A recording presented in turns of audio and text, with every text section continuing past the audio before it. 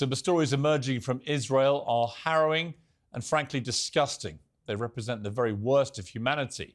This can even be described as human at all. More than 900 Israelis have been murdered since Hamas attacked Israel on Saturday.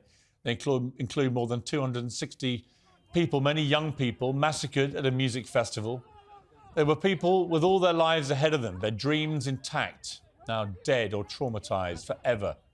Babies and grandparents have been snatched as hostages by gunmen, prowling door to door. Women have been raped next to the corpses of their friends. This is medieval barbarism. We're witnessing one of the worst atrocities in modern times, and we should be absolutely clear about this. These are acts of unspeakable evil committed by terrorists. There is no justification, no explanation, no context, no whataboutery. This is terrorism.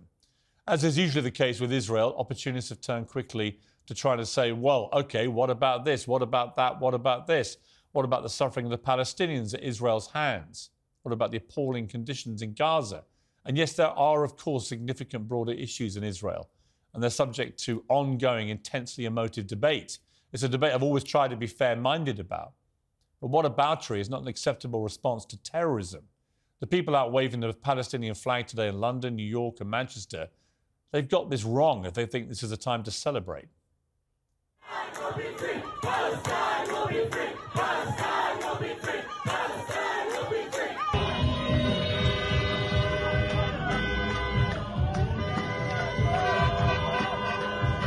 Free, free Palestine. From the river to the sea. Palestine will be free. Palestine will be free. Well, some of those people may well have the right intentions, however misguided, but to parade like that today looks like a celebration of mass murder. Israel's Prime Minister Benjamin Netanyahu has undeniably dragged his country into chaos over his attempts to politicise the judiciary. Questions will now be asked about whether Hamas has exploited that chaos in pulling off an attack on a country with one of the most advanced intelligence operations in the world. How did this happen? The Israelis are now speaking in chilling terms about what comes next by way of retribution, warning of enormous force that will change the region forever. The Israeli Defense Forces will immediately use all its strength to destroy Hamas's capabilities.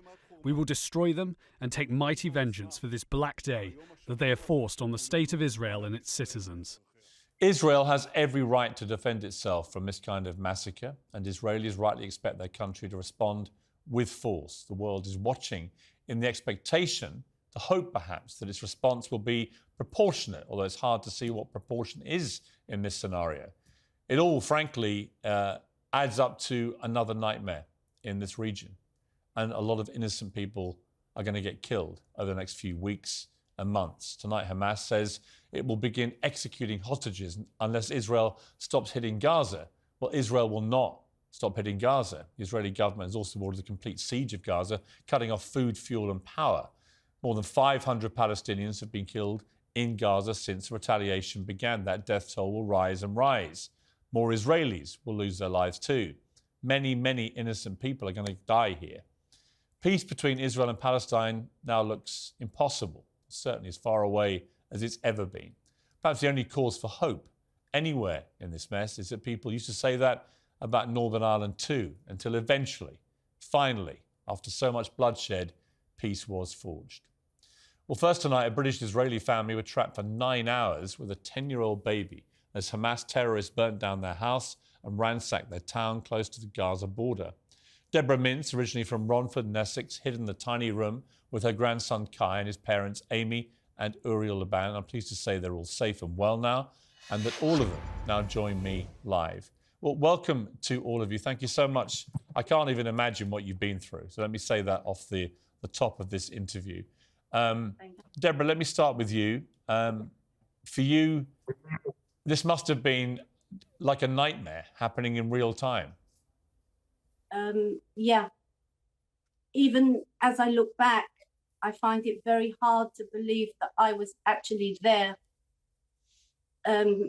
Yeah, it's something in my wildest dreams I never thought would happen to me. And Deborah, tell the audience, as best you can remember, exactly what did happen. First of all, I want to apologise that we're coughing because of smoke inhalation. So that's the first thing I want to say. We were woken up about 6:30, and I'm not 100% on timing. It was about 6:30. There was a red siren alert.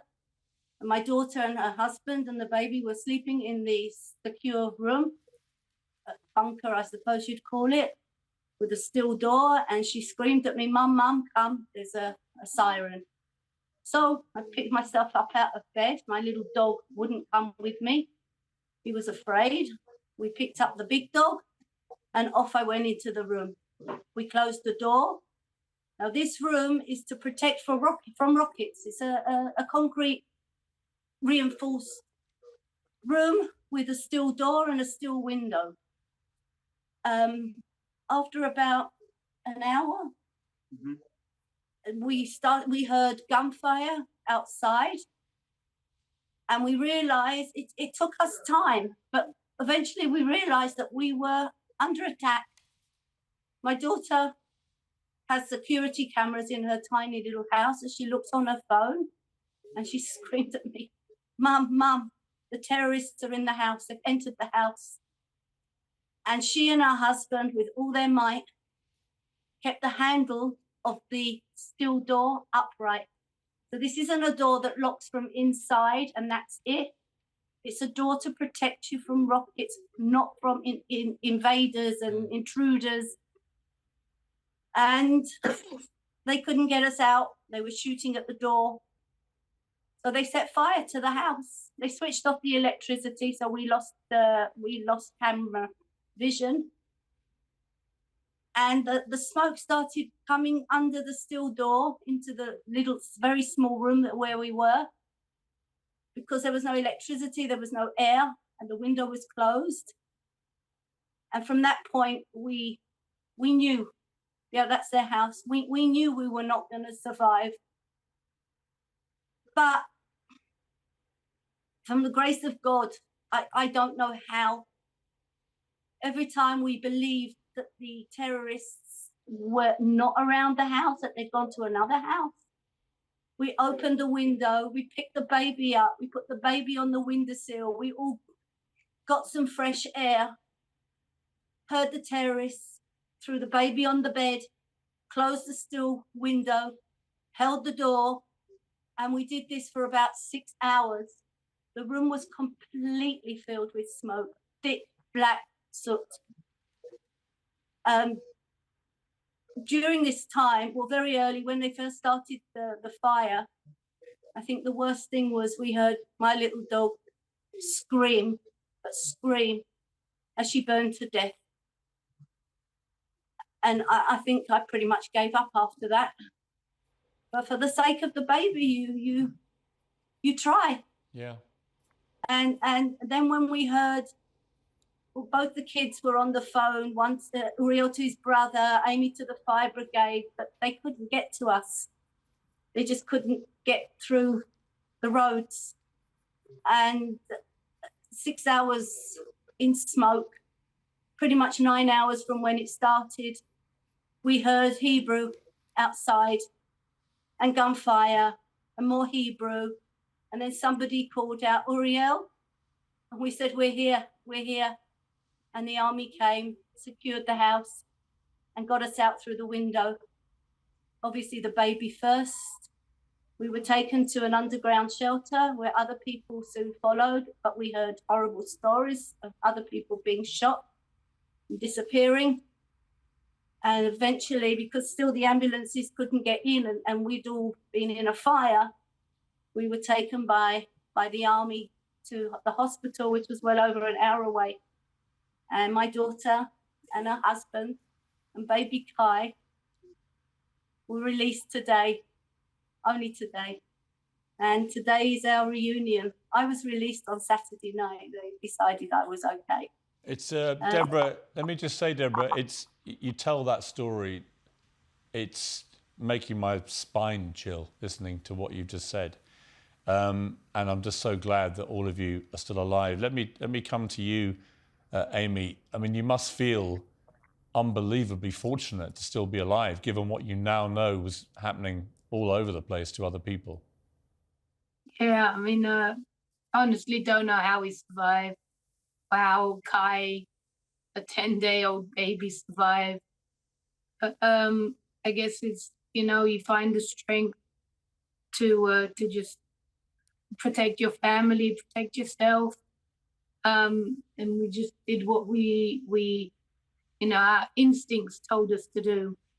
My husband just stood by the window, and every time he could, he opened it. And we, as my mother said, we put the baby on the window ledge and tried to give him as much fresh air as possible. I mean, he was coughing us up just black spit and soot. And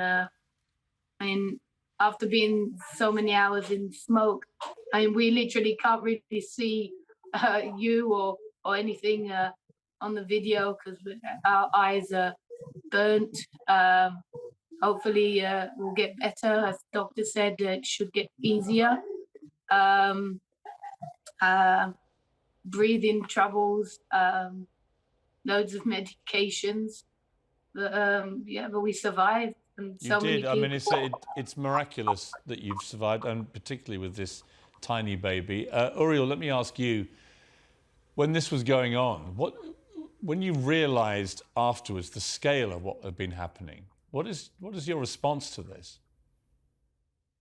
Actually, I can't believe that we were caught in this situation. I hope that the people responsible will give some answers, because I grew up in this area since I was 10 years old. We were used to, I mean, it's awful to say, but I'm used to rockets, to the sirens, to running to the bomb shelter from time to time, because after all these years, it became the reality where I live. But what happened to us this Saturday was in a whole other scale. And honestly, I didn't ever believe that we will go through something like this. It was something else. Never was something like that. I think since Israel state was founded. Yeah. You know? I mean, this is the worst slaughter of predominantly Jewish people since the Holocaust. I mean, there's no other way to describe it. It's nearly 900 people or more now, apparently, were killed in this, and it's ongoing. Do you fear now, let me ask you, Aimee, this, do you fear that this is now going to be a raging war for some time to come? And what will you do as a family? Well, I honestly don't know how to answer that. I mean, I hope we'll get through this. I hope it won't get any worse. We just are trying now to figure out what's next for us, and where we're going to live for, the next weeks, months, year. We literally just lost everything. I mean, I'm glad to say my dog managed to escape the safe room because we weren't allowed to take her with us. She somehow managed to escape and survive, and she was found and brought to us. So I am happy about that. My dog, not so lucky. No, I'm so sad. What was your dog's name, Deborah? Mickey. He had big ears, like Mickey Mouse. And what was Mickey's breed? Sort of like a little miniature Doberman Pinscher that barked a lot and slept by my feet. Here he is. Yeah, that's it. It's my Mickey. I'm so sorry about Mickey. I'm so sorry about everything that's happened to you. I just want to say to all three of you, thank you for taking the time and trouble to speak to me in such open and graphic manner. I think you've really brought it home to people what it must have been like. Utterly terrifying. I'm so glad you're all still alive. I'm glad that little Kai's okay and you've had the treatment you need. And I wish you all the very best in rebuilding your lives, because like you say, everything's gone up, right? You have nothing. But I wish you all the very best, and thank you for joining me. May I just mention something, please? Yes. That there is a GoFundMe set up to help Aimee and Uriel rebuild lives. I don't know how I'm supposed to. Well, don't worry. I'll tell you what I'll do, Deborah. I will tweet that, and I've got over 8 million Twitter followers, so I'll make sure that we tweet that out, and so people can try and help you. Okay? your producer. Thank you very, very much Thank for you having very Okay. us. much. Okay. Thank you all very much. I wish you all the very best, and thank you again for joining me. Thank you. Thank you.